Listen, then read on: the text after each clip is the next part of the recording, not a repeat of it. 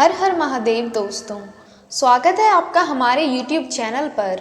आज की वीडियो में हम सुनेंगे शिव महापुराण श्री रुद्र संहिता पंचम खंड का 23वां अध्याय, वृंदा का पतिव्रत भंग।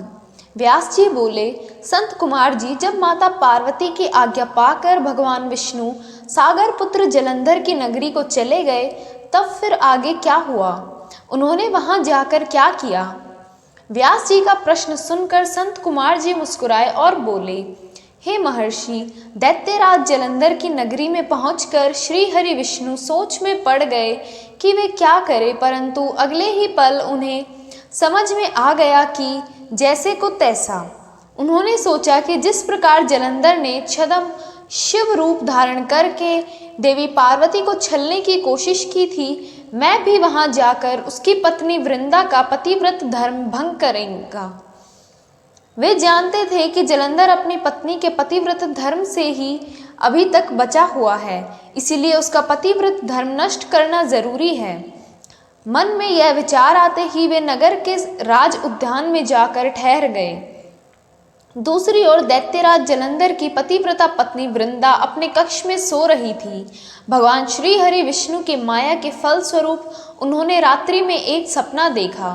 उसने देखा कि उसका पति निरस्त्र होकर सिर पर तेल लगाकर और गले में काले रंग के फूलों की माला पहनकर भैंसे पर बैठा है और उसके चारों ओर हिंसक जीव जंतु उसको घेरे खड़े हैं।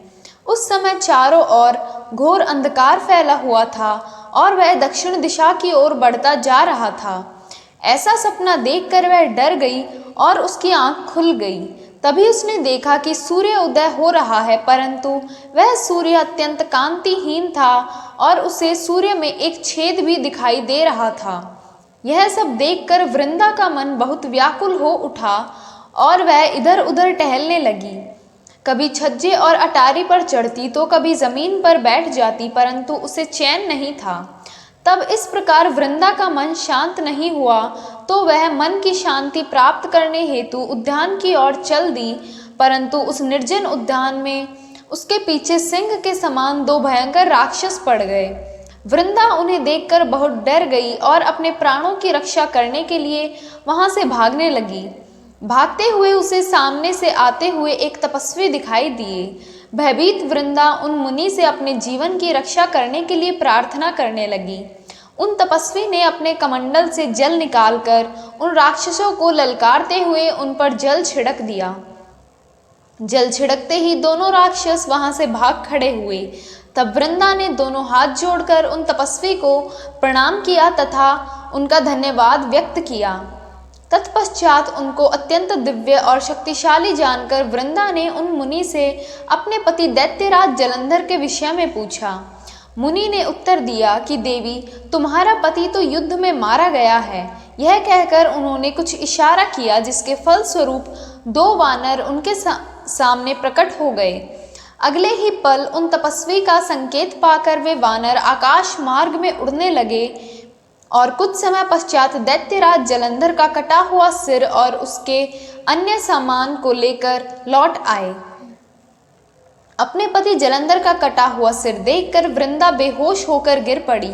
कुछ समय पश्चात होश में आने पर रोते हुए वृंदा उन मुनि से प्रार्थना करने लगी कि वे उसके पति को पुनः जीवित कर दें। यह कहकर वह बहुत जोर जोर से रोने लगी और बोली कि यदि आप मेरे पति को जीवन दान नहीं दे सकते तो मुझे भी मृत्यु दे दें। वृंदा के इस प्रकार के वचन सुनकर मुनि बोले, हे देवी, तुम्हारे पति का वध त्रिलोकनाथ भगवान शिव के द्वारा हुआ है, अतः उसको जीवित करना देवाधिदेव भगवान शिव का विरोध करना है, परंतु अपने शरण में आए हुए मनुष्य की रक्षा करना मेरा भी धर्म है। इसलिए मैं तुम्हारे पति को पुनः जीवित अवश्य करूंगा। यह कहकर उन्होंने अपने कमंडल से जल निकाला और मंत्रोच्चारण करते हुए जलंधर पर छिड़का, जिसके फल स्वरूप वह जीवित हो गया। जलंधर को जीवन दान देकर वे तपस्वी वहां से अंतर्ध्यान हो गए। वस्तुतः उस तपस्वी ने ही सूक्ष्म रूप से जलंधर की काया में प्रवेश किया। दरअसल तपस्वी का रूप धारण करने वाले वे मुनि और कोई नहीं, स्वयं श्री हरि विष्णु थे।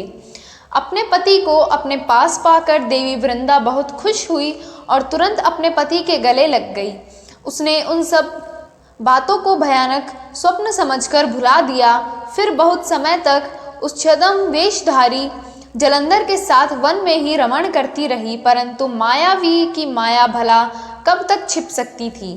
एक दिन वृंदा को ज्ञात हो गया कि उसके साथ विहार करने वाला पुरुष और कोई नहीं स्वयं श्रीहरि विष्णु हैं, जो कि उसके पति का रूप धारण करके उसे छल रहे हैं। यह सारी सच्चाई जानकर देवी वृंदा बहुत दुखी हुई। तब वह श्रीहरि विष्णु से बोली, तुमने एक पराई स्त्री का उसके पति बनकर उपभोग किया है, तुम्हें धिक्कार है। मैं किस प्रकार अपने पति का सामना कर सकती हूँ।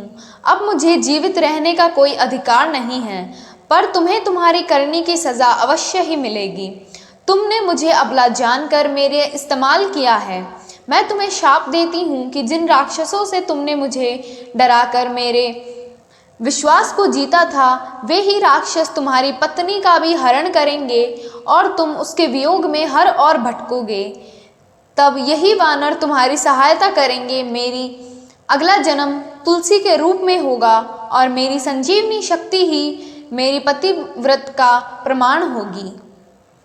भगवान श्री हरि विष्णु को इस प्रकार शाप देकर असुर श्रेष्ठ जलंधर की पत्नी वृंदा ने अग्नि में प्रवेश कर लिया और उसमें अपने प्राणों की आहुति दे दी। उस अग्नि में से एक तेज प्रकट हुआ और वह जाकर देवी पार्वती में समा गया। ओम नमः शिवाय।